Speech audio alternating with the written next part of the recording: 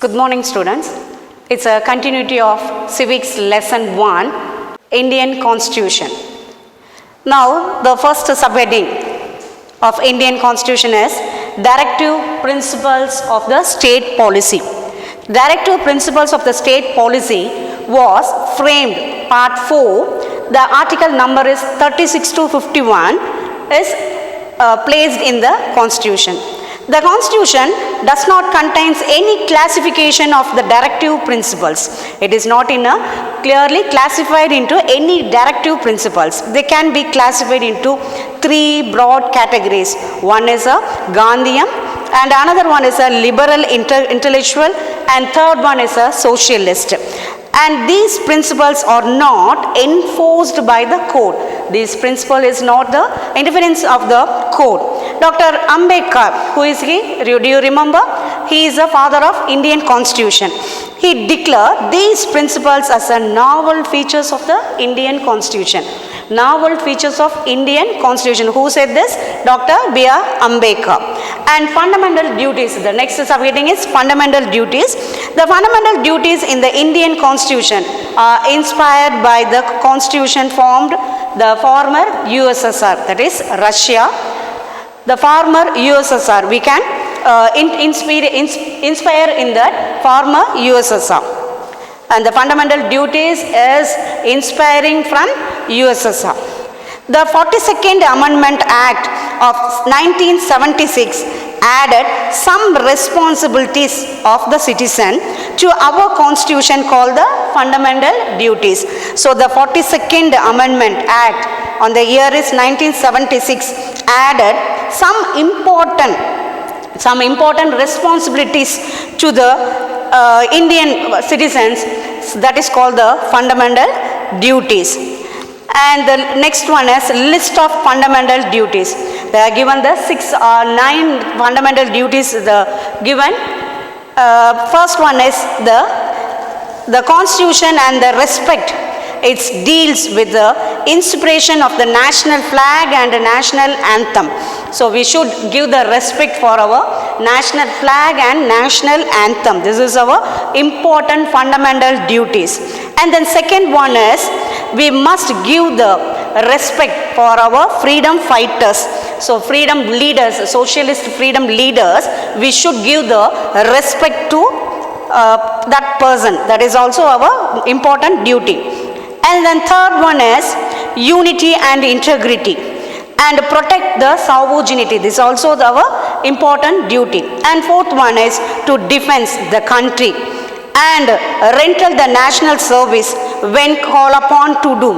So if it is any emergency, the army forces to ask more members means we should participate in the defense service also.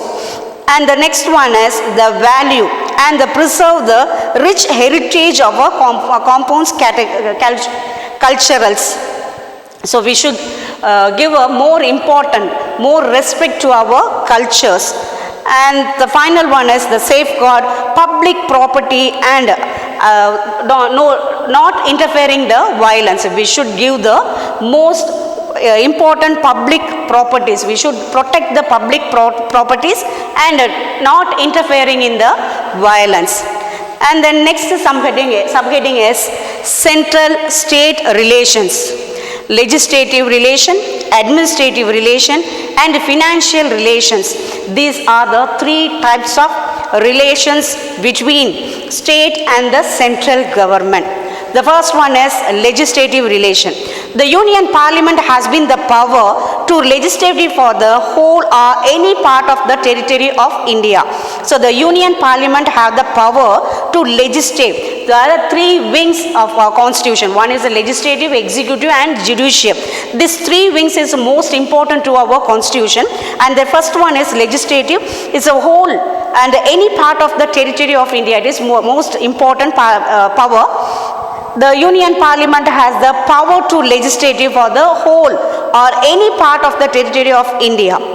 And then the central, state, and both, this the name. And the first one is union list, that is called the central list, and then state list, and then concurrent list, that is union and the state is jointly is called the concurrent list. These are the three items, three divisions. And then powers is given, so 97 divisions of powers is given to central and 66 powers is given to the state, and both concurrent list is 47. The first one is administrative relation.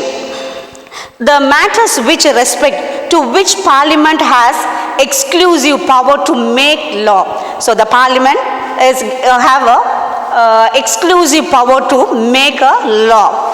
And the second one is the exercise of its power contained by any treaty or agreement. If we want to give any treaty or agreement to the power, that power has been this administrative relation. And the third one is financial relation, money relationship. Article 269 to 293. Part 12 deal with the financial relation between central and the state. Central taxes are imposed and collected by the central and divided between state and the central is recommended of the Financial Commission appointment and by the President under the article of 280 of the Constitution. Thus, financial relationship in the article is 268 to 293. It is mentioned in the part 12. It deals the financial relationship between central government as well as in the state government. Some taxes is collecting separately central government. Some taxes is collecting separately state government. And both the governments is jointly collecting the tax, then distributing the amount through the budget. So central tax are imposed and collected by the central government. And the state tax was imposed and collected by the state government. So this is appointed, the Financial Commission appointed by the President under the article 280 of the Constitution. Late PM, that is late Prime Minister Indira Gandhi appointed the Sakshkarya Commission in 1983 to make an inquiry to the central-state relationship. So the late Prime Minister Indira Gandhi appointed one committee members on the year is 1983 to make an inquiry into the central and the state relationship. Out of 247, 180 relationships is amended. Recommended to 180 relationships is applicable. And then remaining restrictions is not possible to continue the relationship. And official language. Article 343 to 350 is Article 342 to 350 is official languages mentioned. Four-headed, namely union, regional languages, judiciary and taxes of laws. The first language committee was appointed in the year 1955. I tell you again, the first language committee was appointed in 1955. The act laid down even after 15 years. What is the even after 15 years is not implemented. The Official Language Act enacted 1963. English may continue to be used along with the Hindi. So they are thinking about the Hindi is the official language, but English also is using the official language. So 15 years they are not implemented the Hindi is the official language. The Constitution also permitted certain regional language. Regional language means in state, in Tamil Nadu means Tamil is a regional language. Kerala means Malayalam is a regional language. That regional languages to be used in the interstate official translation. So if it is the Delhi send the any official orders through Hindi means we can't understand. So the translate in through English or Tamil. 14 regional languages at present. It is 22 regional languages are recommended. And the next subheading is emergency prevention. The central government has been vast with the extraordinary power to deal with the conditions of emergency. If any emergency case, the central government had the extraordinary power, extreme power to deal with the problem. Three types of emergency are ensuring the constitution. One is a national emergency, state emergency, and then financial emergency. First one is national emergency. The president under Article 352 can declare emergency if he is satisfied that Indians' security is threatening due to war or external aggression or armed rebellions. So the president under the article of 352 can declare emergency. If it is happening any emergency, the president is declared to secure or threatening due to war, that armed rebellions in the interstate problem. So between two states is a problem happening is called the internal emergency. If it is happening in the outside of the country, so both the countries is happening, the problem means that is called the external emergency. 1962, 1971 and 1975, this 3 years is the emergency happening in the India. The next one is state emergency. If the problem raised in the state inside, the governor repute the situation, the president, he can declare an emergency in the state. He can report the situation. The governor can report the situation through president. He can give the emergency to the state. So on that time, the governor can rule the state.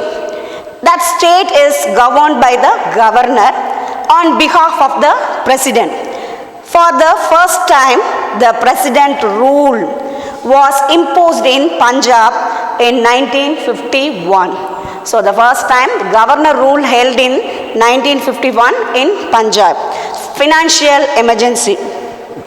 If any financial drawbacks in the state or in our central problem, the president can declare financial emergency situation, over credit, unstable finance, or any if it is part of the danger of financial.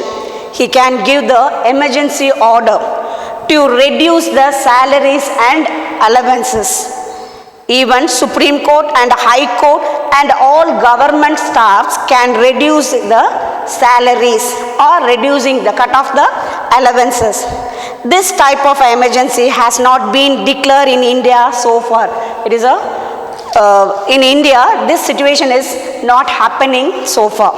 And amendment of the constitution. The term amendment does not change, improvement and modification. So the amendment of a constitution does not change and improvement and then modification. If it is want to change or modification or improvement means it will article 368 and part 20 can, regarding that we can do it. And deal with the powers of the parliament to amend the constitution and its proceed. And the last topic is constitutional changes or constitutional reforms of the commission. The National Commission on the review, they want to give a review, so they are appointed one committee on the year is 2000.